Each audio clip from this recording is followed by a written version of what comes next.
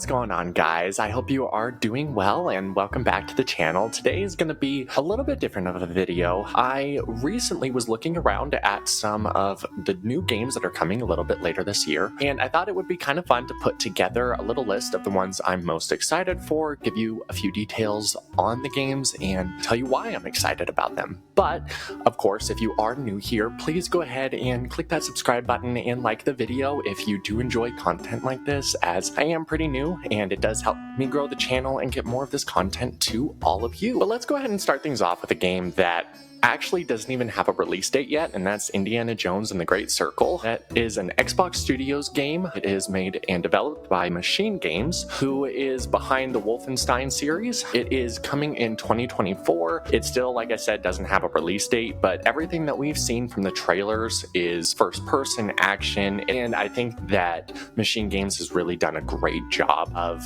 kind of capturing the feeling of Indiana Jones. Just from the cinematic trailers that they've showed us at the Xbox Showcase back in June, and the voice acting, everything looks very, very good. It also looks like they're pretty big fans of the Indiana Jones series and have put a lot of love in it from that side as well. So I'm pretty excited for it. It is coming to Xbox and PC later this year. We don't have a release date yet, but it is thought of tentatively to be releasing closer to the end, more in November or December, to be one of their holiday releases. Now, the next game up is actually a beloved game to myself, and it's a game that's beloved by many people, especially people that are close to the horror part of the genre, and that is the Silent Hill 2 remake that's actually coming out later this year. The Silent Hill 2 remake is made by Konami. It was announced almost 2 years ago. It will be releasing on PS5 and PC. It could also come to Xbox. The original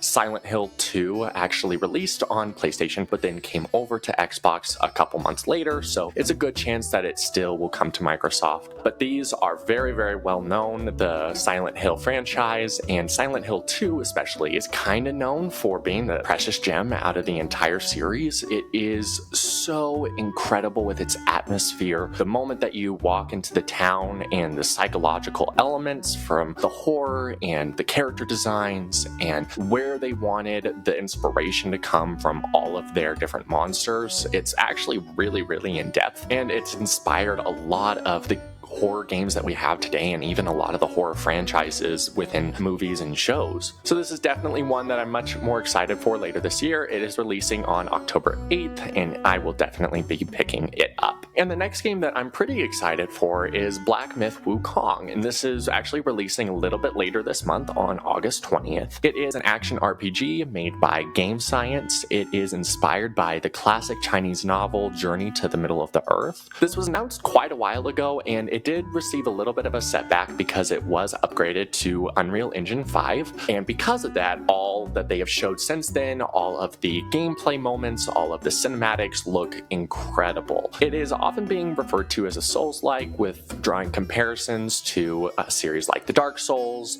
within the combat and how the systems kind of work, but Game Science has repeatedly said to all of its fans that it is not wanting to be pigeonholed into the one feeling of Souls-like, and wants to be defined more as an action RPG with some Souls elements. Your character will be a monkey referred to as the Destined One, who is based on Sun Wukong from the novel. He hides a staff inside of his ear that actually pops out, and that's what he's most known for. They have already showcased a good variety of weapons that they have that they're bringing, and also a good variety of bosses. Some of the bosses actually have a second transformation if you beat them within a certain amount of time, which is something that's a little bit more different than we've seen within some of the other boss type games. My only question with this game is I'm not sure what the connective tissue or what brings the whole game together. Everything that we've seen from the showcase and from the gameplay, it's a lot of boss fights, but I don't know what's in between the boss fights and what the story is as well, and how well the story is done. So that's what I'm most excited to see when it launches later this month on August 20th on PlayStation 5 and PC. Sadly, it is not coming to Xbox at launch, but they have announced that they will plan on releasing that a little bit later. Now, we're going to do a pretty big switch into a different game that I'm also equally as excited for, and that's Astro Bot. This, if you haven't heard of it, is PlayStation's new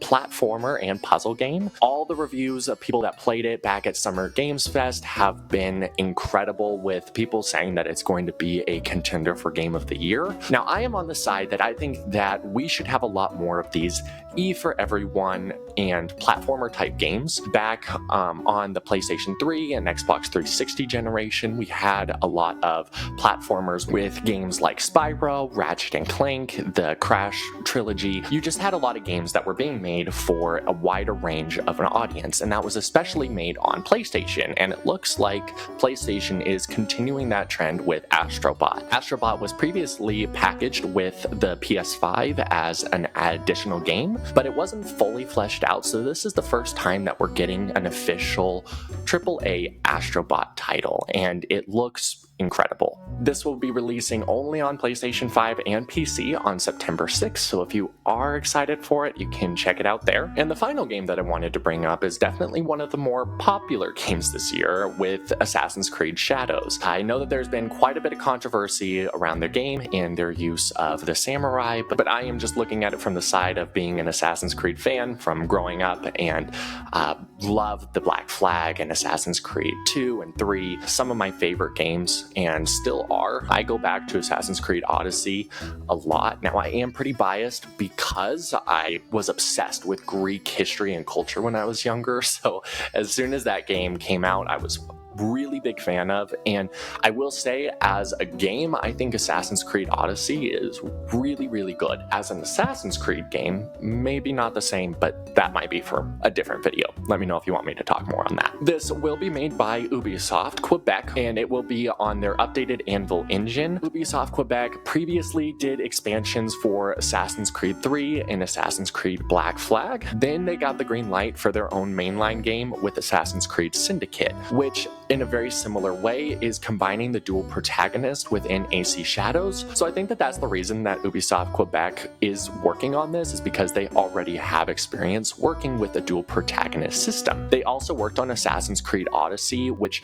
whatever your feelings are with the game, was nominated for Game of the Year against other games of the year like God of War and Red Dead Redemption 2, and it's the only Assassin's Creed game to get a nomination for Game of the Year. So I think that the team has a good set of skills around them to bring to Shadows. It has been 4 years since we've gotten a mainline Assassin's Creed game, and this one really is promising to bring us back to the stealth mechanics that we've been missing for a very, very long time. Ubisoft recently did release Assassin's Creed Mirage, which was a more traditional experience, and that's what they framed it as. But this one, they're really promising to bring us back to those stealth mechanics. And in their showcase, I think that we saw a lot of that, with the ninja protagonist Naue being your stealth archetype. And we saw with the showcase that I think within this engine they really have upgraded a lot of the systems, but then they also looked at their other IP in Splinter Cell and thought that that might be a really great way to bring stealth to Assassin's Creed, and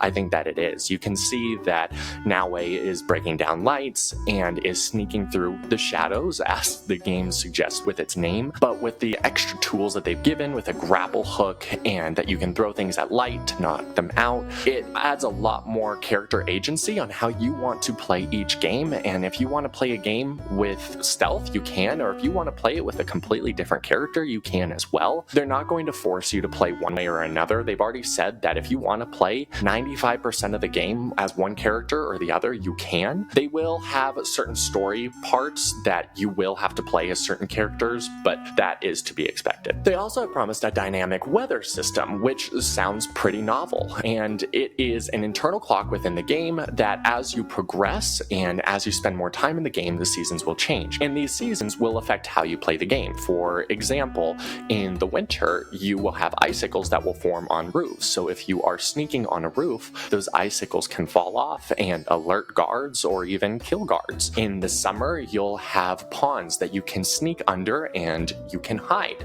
but in the winter, those ponds will be frozen over, so you won't be able to attack every mission the same way. This is definitely one of my most anticipated games for the year, but I want to see more as well. I want to see what they're bringing to the table, what they're upgrading from their times past. One of the issues within Ubisoft and the Assassin's Creed games is that they don't change much and that they don't bring too many novel ideas. And I think that it is a time that they have to create a really good story and they have to give us a deep open world, something that we haven't gotten in a while, and with the Japan setting, something that fans have wanted for so long, this is the perfect opportunity for them to do so. It will be releasing on PlayStation 5, Xbox, and PC on November 15th. So that just about does it for all the games that I am most excited for at the end of this year. There are a few other games as well, so if you would like me to do a video on a few of those, I would love to do that, but let me know down in the comments. Also, let me know down in the comments what you thought of the video, what games are you interested in, and what do you think of these games. But thank you very much, and I hope to see you in the next video.